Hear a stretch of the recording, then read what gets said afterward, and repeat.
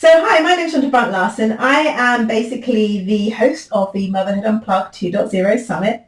And the summit stems from my 5 years worth of doctoral research into what makes our children as adults happy and successful.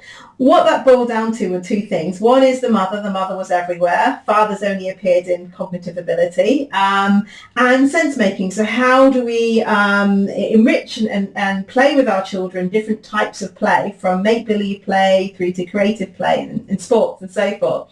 So the reason for that summit is why I also have Julie Clark here. So I'll give you a little bit of an introduction. Julie is the creator of Baby Einstein, and which everyone or most mothers will know. You have now created WeeSchool, and fundamentally that is a great platform for discussing what we do for the next generation, because you are giving mothers the right tools for babies on the go, on their mobile, via a new app that you've just launched.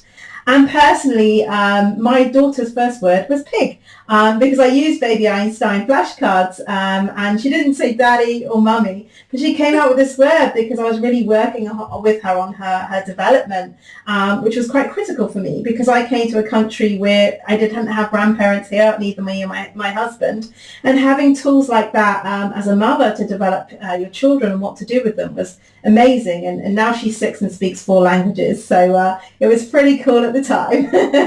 Amazing. So welcome to the summit, Julie. Thank you so much. Thank you for having me. I appreciate it. So first question is, what do you love most about being a mum? What I love most about being a mom of my girls, who are now 23 and 20, I would say that I have never felt more changed in my life as when I became a mom.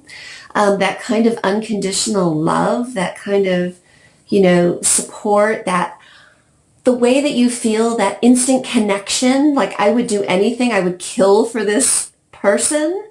There is something so deep and rich about being a parent that I don't think you can get in any other way. And I don't mean to discredit anyone who chooses not to have children, but for me, I can't imagine life without them. For the moment they come in, yeah. Yeah, exactly. And your background is also an educator, so how was that a change for you? You had exposure and development of many young hearts and minds, so how was that a change for you? Well, it was interesting because I decided to stop classroom teaching when my first daughter was born. I really wanted to be a stay-at-home mom.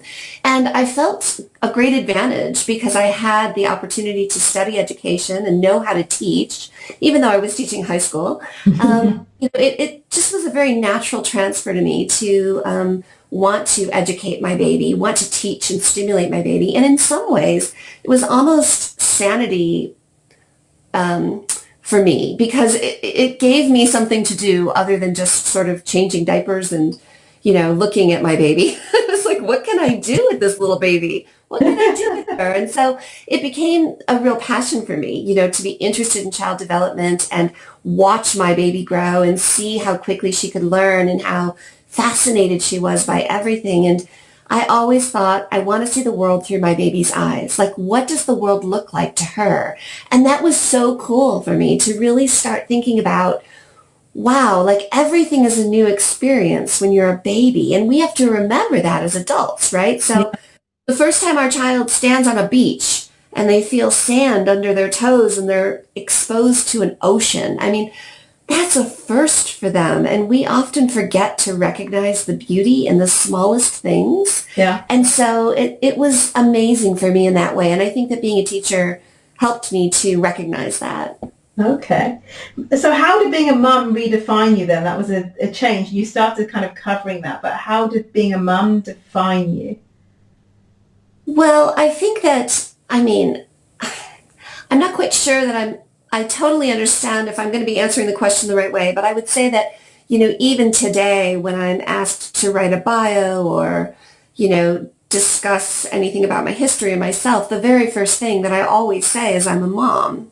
So I think that I define myself first and foremost as a mom, despite the fact that I'm also an educator and I'm also an entrepreneur.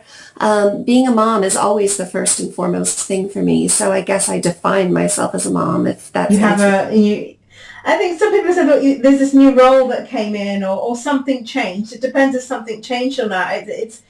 since becoming a mum, and I guess you have to think, far back, how would you define yourself? And if you're saying, well, there's this new role that came in, I just became a mum, that's fine.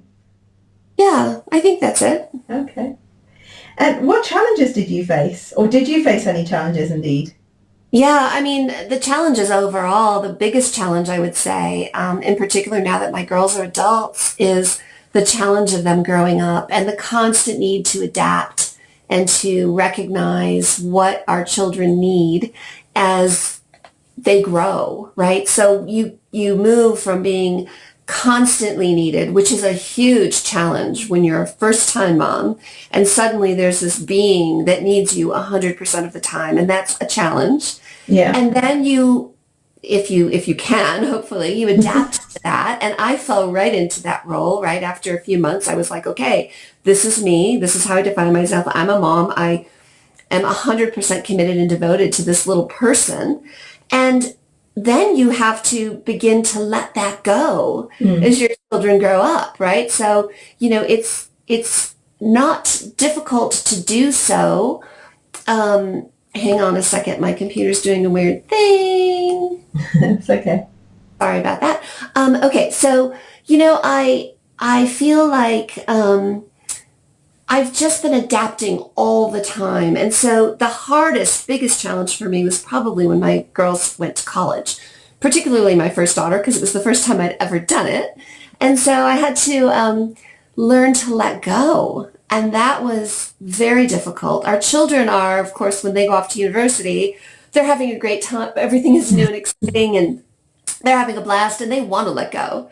But for us, the parent who's been this full-time committed mom, all of a sudden you have to go, okay, what do I do with myself now? And this is not a unique thought to me. Certainly, I have so many friends who have gone through the same thing, where who am I? When my children grow, I'm still a mom, but I'm not the same kind of mom that I've been in the past, that I've learned to be. And so you really have to learn to be something completely new.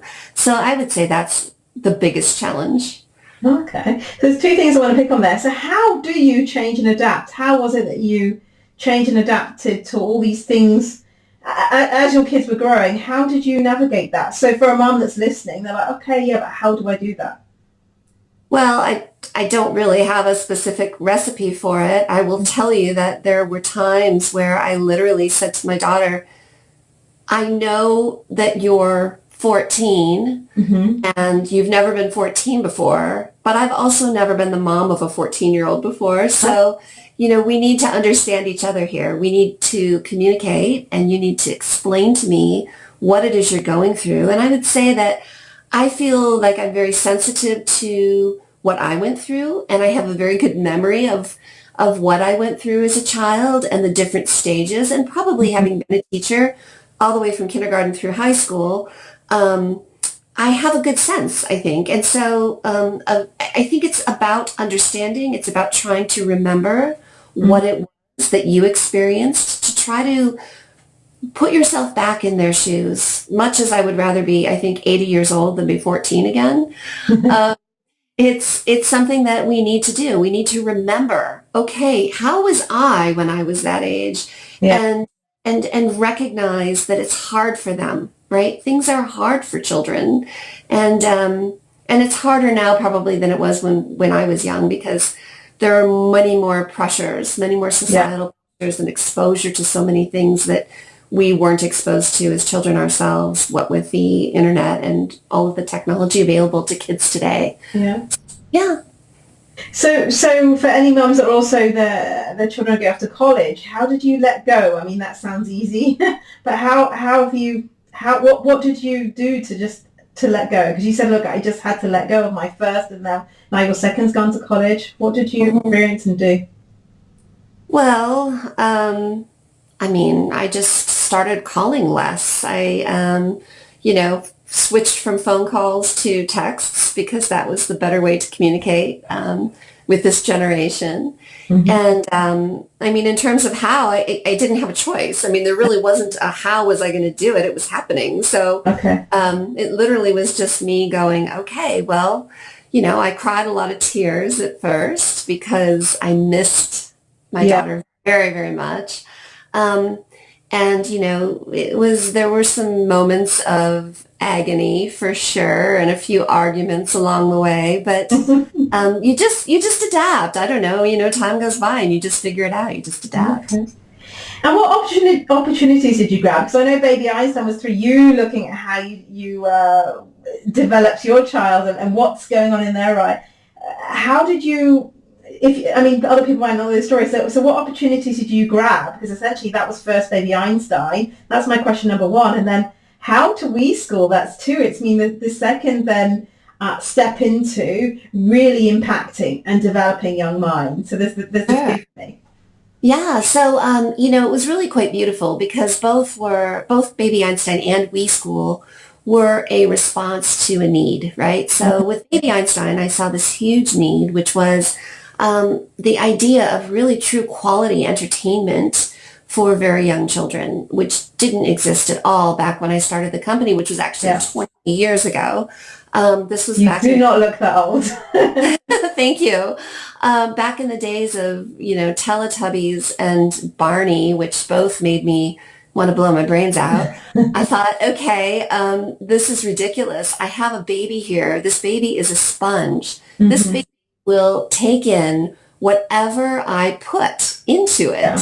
Why would I choose to put junk into this baby when I could fill this baby with beautiful quality music and exposure to the arts and poetry and words and nature? Of course, that's what I wanted to fill my baby with. And so I saw a huge opportunity because the market had nothing. Mhm. And Baby Einstein was something that was truly a labor of love. I mean, it was something that I wanted for my own baby. And I knew, babies are babies. You can take a baby in the US or Switzerland where you are or England where you're from. And, you can take a baby anywhere in the world and they pretty much like looking at the same stuff. If we fill that sponge with the right things, Mhm. they will learn to love and adapt if we give it to them in the right way. And so Baby Einstein was a tremendous opportunity for that. And what happened is, I sold Baby Einstein about 5 years after its inception and went on to do some other things. But about 3 years ago, I was speaking with my husband and we were both rather, to be honest, disgusted at how frequently we saw people not paying attention to their children, especially their very young children, Okay. because they were so focused on the little device that they were carrying around in their pocket or their purse. And so I started to think about how 20 years ago, when I started Baby Einstein, the world was a different place. We weren't carrying computers around in our pockets. And so I thought, okay, I need to get the information to parents about how important it is to develop and stimulate and spend time with your child when they're very young. But the only way that I can probably get them that information is through that device, through that little device that they're using to get all of their information. So I decided to create this app, WeeSchool, and it's We, like W-E-E, like teeny tiny. The idea is WeeSchool is what comes before preschool. So Okay. it's really this thought that the first 3 years of life are so critical and the brain is growing to 80% of its adult size. It's remarkable. I mean, the growth that happens in those first 3 years is never, ever seen again in our Yeah, life. it's true. From a sense-making point of view, it's very true, yeah. Yeah. And so what WeSchool does is it encourages parents to get down on the floor with their baby. We give you activities. We give you ideas. We give you appropriate content, whether it's videos or books or music for your baby or ideas of how to play with your baby, the kinds of toys or at-home objects you might have that you can use to stimulate your child. And it's all play, right? I mean, that's the best thing because the best teachers, I think, don't make their lessons feel like lessons. They feel Yeah. like fun, and they feel like fun engagement. And so WeSchool is all about that. It's all about engaging your child and playing with them and helping stimulate them because those first 3 years are so critical. They're the building blocks of everything else that we do in our life. So that's what WeSchool is. Wow. I know, it's a big deal. It's like been the 3 year labor of love for sure. And now it's finally here. It's an iOS app. It will be available on Android within the next, I would say by early December of 2017. And it's beautiful. I'm so proud of it. It's your new baby. It is my new baby, yes. And my other question was going to be, what tools and advice have you found useful? But so there's two questions then. What tools and advice have you found useful? But then I guess a lot of that has gone into the app really in itself in terms of tools and advice that you have brought forward. But are there any kind of key ones that you think this is really going to support? This is what I feel has really supported me. Thus, I've moved it into the kind of next generation into the app. Absolutely. And I don't know that it's necessarily, this is something that you would find in the app, but it's definitely, it's a very old standard, but a standard sort of quote, but I'll tell you what, it's one that I've lived by, and I can tell you that because I have adult children now, it worked. So I'll tell you what it was. It was practice what you preach.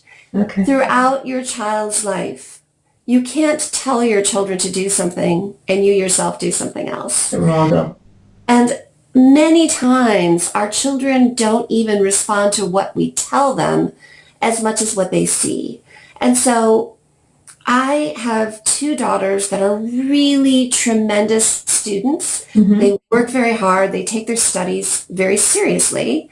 And they do that because they watched myself and they watched my husband working our butts off, right? Yeah. They saw that. That was part of our life. We were always working. We were very committed to them. And we were committed to causes that we cared a lot about.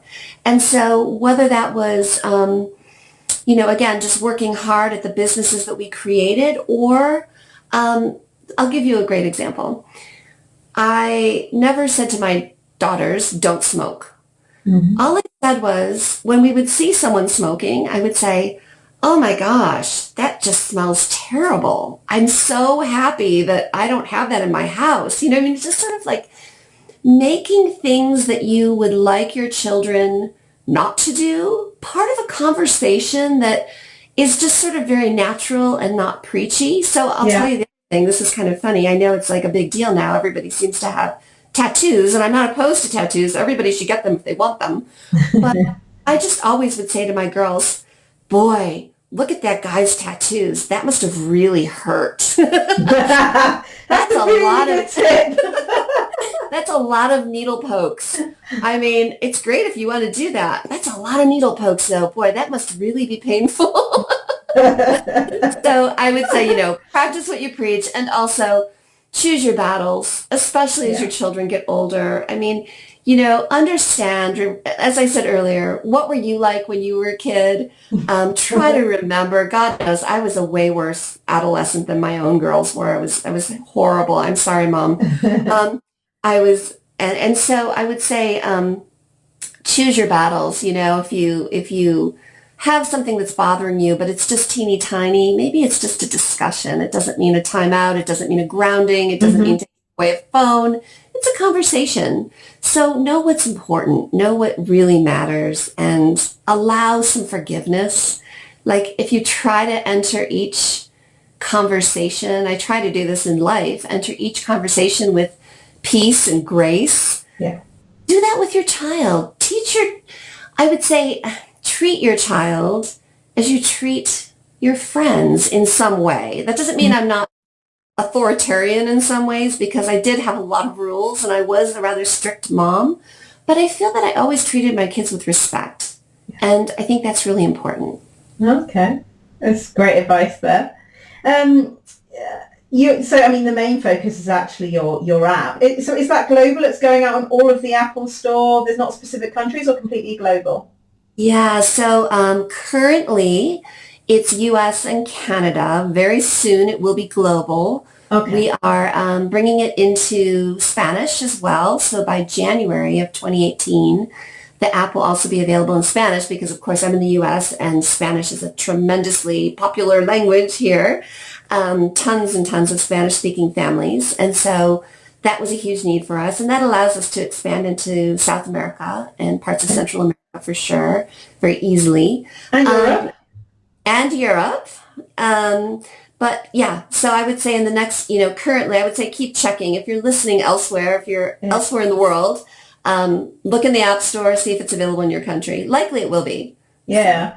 And even there's lots of expats around the world that are speaking English. So Yes, of course.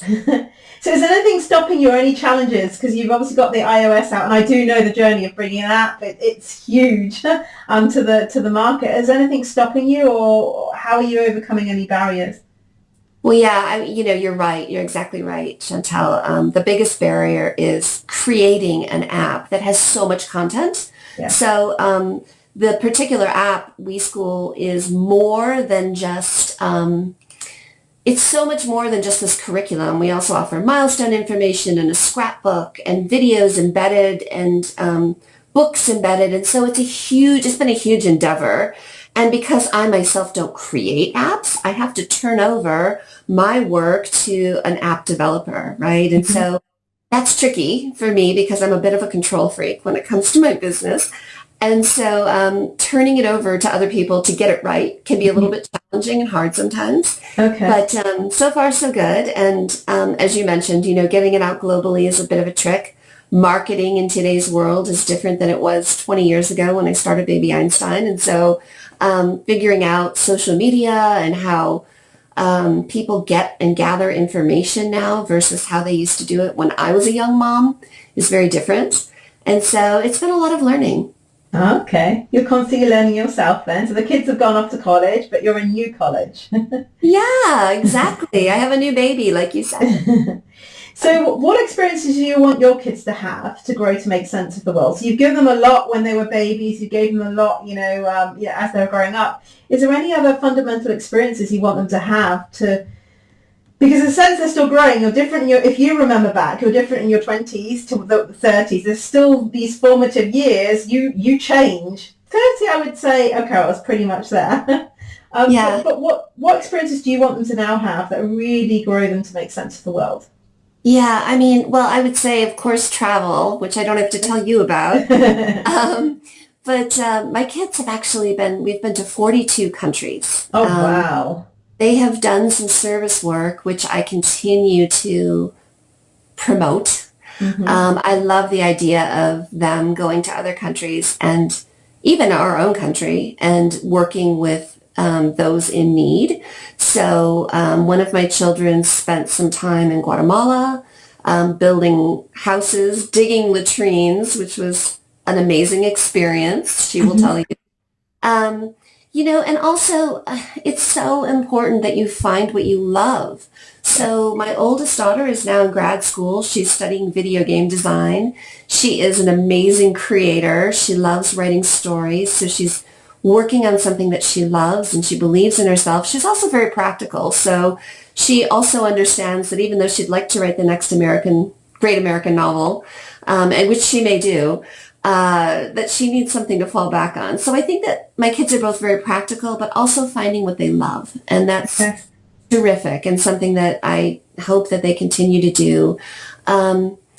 And, again, the service work is huge. I think anything that they can do to help others, again, trying to approach every situation with some amount of grace and recognizing that we have so much to be grateful for is so key, so important. And how do you teach gratitude?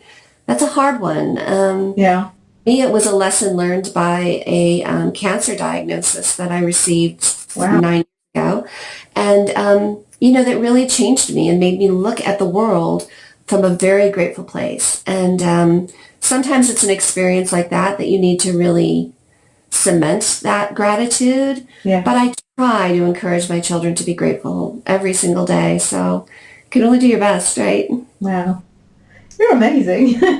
So what is the one thing that you would want to go back and tell pregnant you before becoming a mum? Yeah, so the first thing I would tell myself is relax. I think, I had my first daughter in particular was one of these babies that was up like every 2 hours all night long. And I swear to you, I created that monster because I was so freaked out. I'd never obviously been a mom before and I didn't have a ton of experience with tiny babies. And I was just very anxious. I was so worried that I wasn't going to get it right. And the truth is, we've been having babies forever, right? I mean, a cow can have a baby, a monkey has a baby and carries it around on its back and figures it out. So that's not to say, of course, that you shouldn't be stimulating and educating and all those things, but I would say to myself, take a breath, relax. It's going to be okay. You can do this. Okay. And of course, I would say what everyone says, which is not only take a lot of pictures because it flies by, but take video. Because I find now, my kids were babies a very long time ago before we had the ability to shoot videos every second of the day. You'd actually have to have a video camera back then. And I wish that I'd taken more videos because there's nothing like hearing your baby's first word, right? Hearing your daughter say pig. I mean, the way that she said it, right? And so, my oldest daughter's first word was star. And I just think of the way Oh, wow. she said it, and I wish that I had that captured because nothing else can replace that sound. Or the way that my younger daughter, had her own funny way of crawling. Like if I had that on video, that would be much more meaningful to me than just seeing a picture of it and trying to remember, because video is the real thing, right? So Yeah, I would say shoot lots of video. Yeah, I think because as your memory goes on, there's only so much you can hold. It was funny, a Facebook memory came up today of my daughter, like just really giggling. And I was taking a picture of her, like a video actually of her first tooth, but just the giggle and that laugh of a baby is very different to today. And my husband and I were completely laughing. Do you remember this? Absolutely. It brings you back, doesn't it? It's incredible. So lots of videos. I mean, photos, of course, but videos just capture things in a way that we can't reproduce. So, yeah. That. So the end piece, the end question, and you've actually already said some of it anyway, but what you're working on, what you excite you want to share with the summit. And I know many people are doing an offer, but actually you're just launching your app. So yeah. So, along with WeeSchool, which is a huge launch for us, I would say, I've talked about that a bit. I am working really hard to try to give back in my community. So I serve on the board of a local organization in Colorado for single parents who are getting back on their feet called Warren Village. I love it. I feel like it's really worthwhile. These are parents who are often coming out of homelessness or abusive situations or times that I can't imagine because they've been very difficult for people, right? So whether it's drug abuse or prostitution or situations that are out of my world, but that I can try to empathize or sympathize with at least. These are really important things to me. And of course, because I'm very focused on children and have been my whole life, the idea of doing something that involves children is important. So Warren Village supports single parents, but it also supports the children with a beautiful learning center. So I teach 1 day a week in the learning center. I'm in a pre-K classroom and love it. That's actually, I would say, the highlight of my week because I get to be with little kids again. So I love that. I'm really involved in, again, just trying to give back to my community. So that's been huge for me. And it's a way to find myself nurturing children because I have little children of my own to nurture for until I can get some grandbabies, which I imagine will be a little while yet. It should be a little while, but I would love to have them, but they're not ready. Yeah, college first. No tattoos, no smoking. Exactly. College and then. That's right, exactly. It's been an absolute pleasure, Julie. So thank you very much for your time and wishing you every success with the launch because I know how much hard work it is. But like you said, I think you've really focused on a need. So you found your why and you're solving it. Thank you so much. And you as well. Congratulations, because you aren't doing too bad yourself, Cookie. Yeah, when it comes out on 5th of November, but it's a huge journey, so I know your journey. Absolutely. Okay, thank you. Well, thank you. Great to talk to you. Okay.